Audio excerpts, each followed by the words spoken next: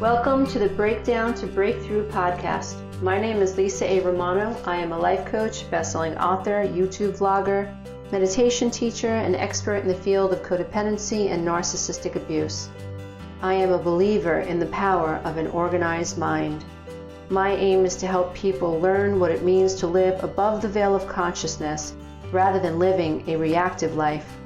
May your heart feel blessed, your mind feel expanded, and your spirit find hope as you spend time with me here at the Breakdown to Breakthrough podcast.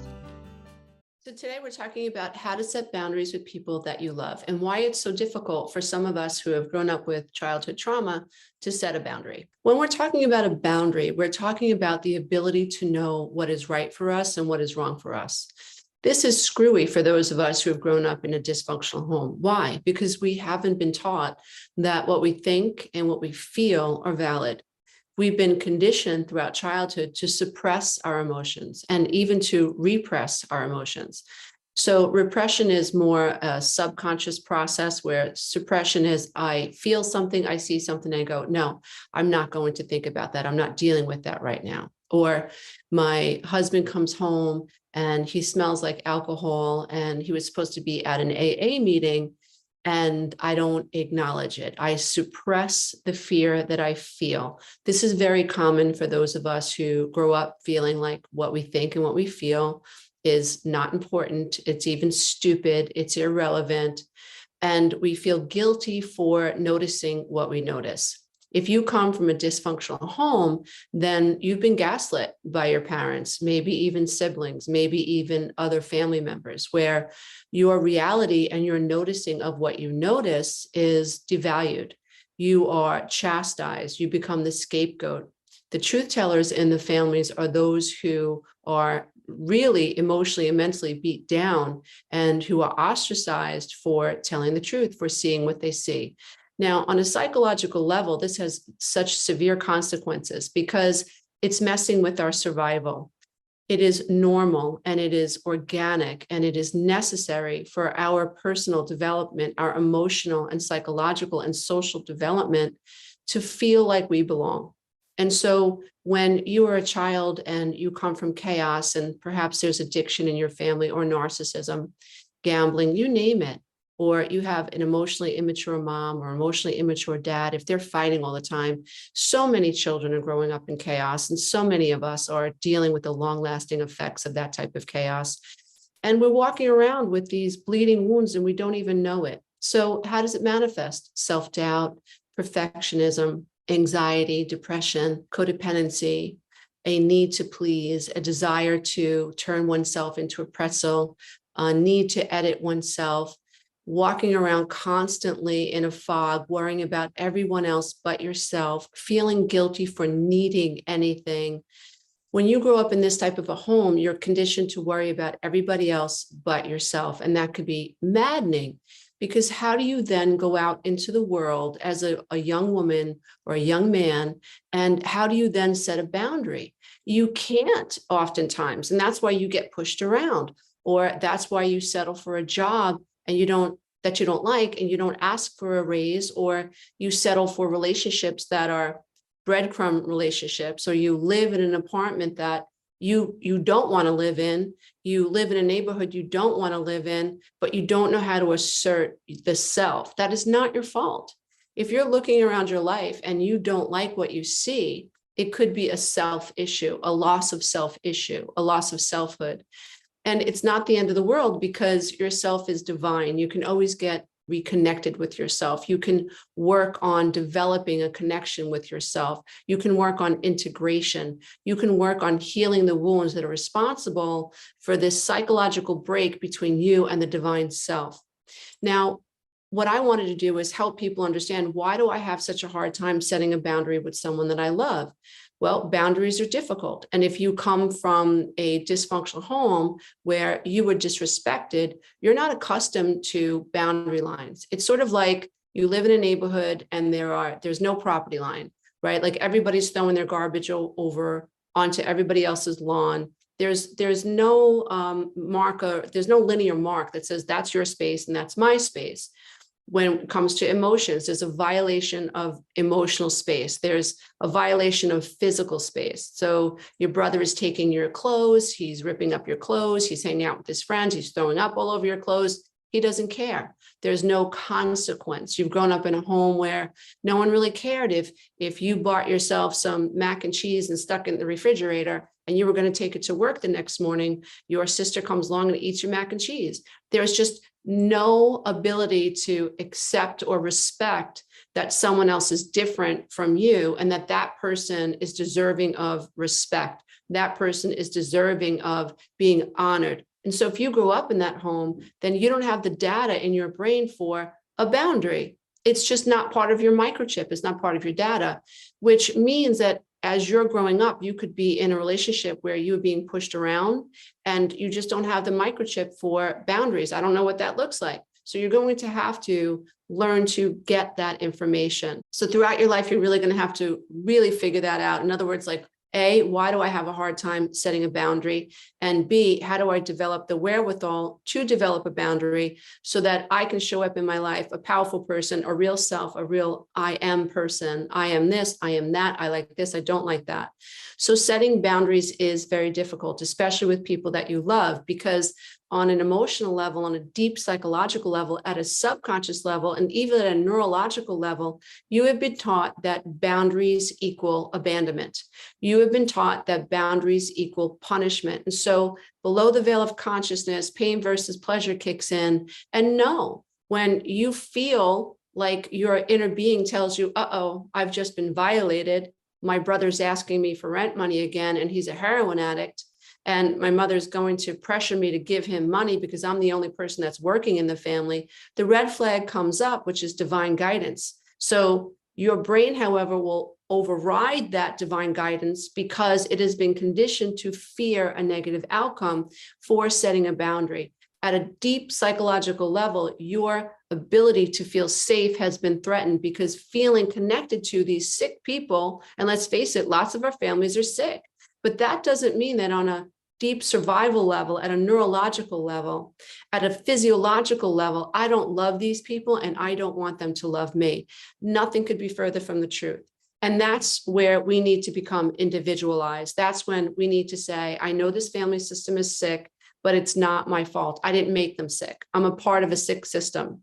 And I have to override from a conscious level. That's why all of my work is rooted in raising your level of consciousness. All my work is rooted in how can I help someone realize that there's some default subconscious level at play here that's keeping this person stuck.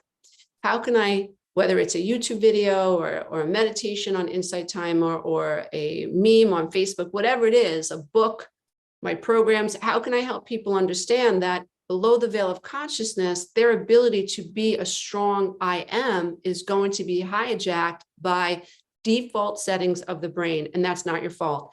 So if you're having trouble setting boundaries with someone that you love, it's not your fault. So if you have any shame around allowing people to push you around, you have to understand that your brain may be hijacking your divine guidance system. So how can we help you? Once you understand that it's not your fault, that it's difficult, then you stop berating yourself. A lot of the negative self-talk starts to wane. Like, it's not my fault. My brain knows that I love these people. Me being loved by these people and being accepted by these people is tied to my survival brain. It's literally hardwired into the amygdala, into the hippocampus. It's your limbic system. There's going to be a physiological change in you when you think, uh-oh, I need to set a boundary. What we're trying to do is get you to take control over that physiological change. How? Through metacognition, the ability to think about the way that you think, the ability to observe how you feel without a knee-jerk reaction. It's called a pattern interrupt, and consciousness can help you interrupt the pattern that your brain naturally follows, and then your being changes or your being follows when you are triggered by the potential for needing to set a boundary. It's really important that you understand what's happening. You need to change the way that you're seeing this person. Once your perception shifts of your inability to set a boundary, everything will follow. Once your perception shifts of your place in that family, everything else will follow. Once you understand and have compassion for your brain, your neurology, for your inner being, for your id, your ego, and even your superego, which is the moral aspect of you. Your superego is just trying to get you to adhere to the sick norms that your family has conditioned you to believe that you need to follow in order to be a member of this sick family. So you really are coming out of level 1 consciousness, level 2 consciousness, you're in a level 3 consciousness where you are actively changing the patterns. When I got to a level 3 consciousness, it was amazing because it was like, wow, like I really do get to change the cookie recipe here. I don't like that my mother is mean to me. I don't like that she's condescending. I don't like that she puts me on the spot in front of family members and my father shakes his head like Switzerland. Oh my God, what's going on here? Like he doesn't see that my mother is being passive aggressive and trying to embarrass me in front of my children. Like she's trying to belittle me and make me feel small, and that makes her feel better. Like no one's going to accept that. Well, when that shift happened in me where I thought, no, my salvation is myself. My salvation is me connecting to the divinity in myself. There is no rescue boat coming, as Melody Beatty says. So I'm going to have to choose me. And if I want to teach my children to choose them, because one day I'm not going to be here to diaper their bottoms, they're going to have to figure this out on their own. The world is full of darkness as well as it is light. And so that's just a reality. But if I want my children to be able to live as a self in this world, mommy was going to have to pick herself up from the bootstraps and figure this out. And that meant I needed to individualize from my parents. I needed to push them into their own backyard and define a boundary line that said, this is my yard and you don't get to throw crap into it anymore. What's the crap? Your nasty comments, your put downs, your sarcasm, you going around triangulating me against other people, you telling me that I'm crazy, you insisting that there's something wrong with me because I want a divorce, you insisting that because I have any say at all about anything, I define something, I see something that I don't like, that means that I am someone who likes drama. Quite the contrary. People who are saying, uh-oh, there's a pothole up ahead are trying to avoid the family drama, because if I roll into that pothole and I get another flat tire, I'm 3 hours late, which is going to be drama. But sick families and dysfunctional families, they make the person who's saying, uh-oh, that's an issue, the wrong one. They ostracize you and criticize you. So that's the garbage I'm talking about. Like, I'm not letting it into my backyard anymore. And so what you want to do is you want to identify clearly what the behavior is that you want them to change. The second thing that you want to do is you want to communicate it clearly. I don't like when you're passive aggressive. I don't like when you call me at 2 a.m. I don't appreciate you not taking care of yourself and then you expecting me to pay your rent. I don't want you to knock on my door at 4 a.m. in the morning with you and your buddies because the bar is closed and you want to hang out at my house. Not doing that anymore. So you want to identify the boundary very, very clearly.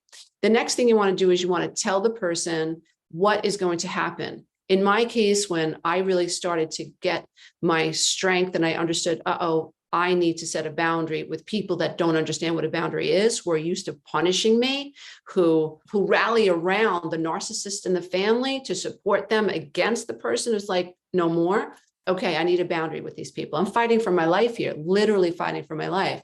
I let them know.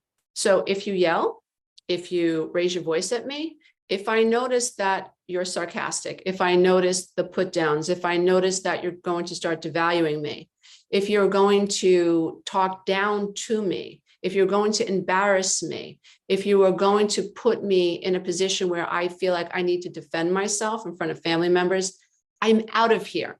If you start with me on the phone, click. My brother today will tell you that he remembers that he could not speak to me at a point because when he was talking to me and I was doing this work, I'd be like, dude, I got to go. Click. He says, you didn't care. I said, no, I didn't care. Because the minute I heard you starting to turn and do the thing that you did, which is blame shift, turn the conversation around, I was done. And so that's what you have to do. You have to communicate. If you do this, I'm going to do that. All right. And the fourth thing that you want to do is you want to start paying attention to yourself. You really need to self-care. You really need to find things that are going to make you happy.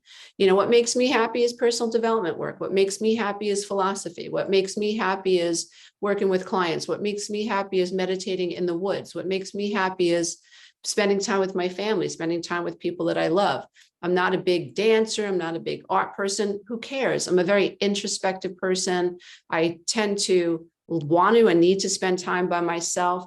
So connecting with other people is great, but I need a lot of time to reboot myself. And so I love that about myself. I finally accept that about myself. And we have to figure out what it is about ourselves that we love, and then to nurture that and stop going against the natural divine grain. Nothing is more important that we get back into touch with our natural divine emotional guidance system. If you come from a dysfunctional home, that ability to connect with your emotional divine system has been conditioned out of you. And the problem with that, dear one, is that you become someone in society, you're easy to manipulate. And unfortunately, someone who has high narcissistic traits, somebody who might be a sociopath or a psychopath, is going to very quickly understand, uh-oh, this girl or this guy does not have boundaries. They'll do anything to keep me in their life. And you don't want that. So you want to show up as your true self. You want to work on boundaries. You want to start identifying clearly the toxic people in your life. You want to clearly identify their behavior and clearly set boundaries with them, letting them know what is going to happen. And then you have to stick to it. And of course, you have to self-care. One major thing that I caution you to remember is that you cannot change anyone. And so all you're trying to do when you're trying to set a boundary is to figure out what behavior they're engaging in that is not good for you. And you're giving them an opportunity to say, listen, if you want to be a part of my life, this is what we can do. And I want you to be a part of my life because I love you. But if you don't do this, I can't have you in my life because I'm finally at a point where I matter. And I'm going to put myself first. And if you violate these boundaries, we cannot be a part of each other's lives. And that would make me very sad, but this ball is in your court. So actually a boundary is the ability to give someone, you're giving someone the ability to show that they care about you. And by you expressing a boundary, that's you really telling them how much that you care about them and that you don't want to lose them in your life. And how they take it, dear one, that is up to them. And if you would like help trying to set boundaries, and if you want some guidance around how to set a healthy boundary, check out the Boundary Building Workshop. This is a 1-hour MP3 audio plus workbook that you can download today. Namaste, everybody. Until next time. Bye for now.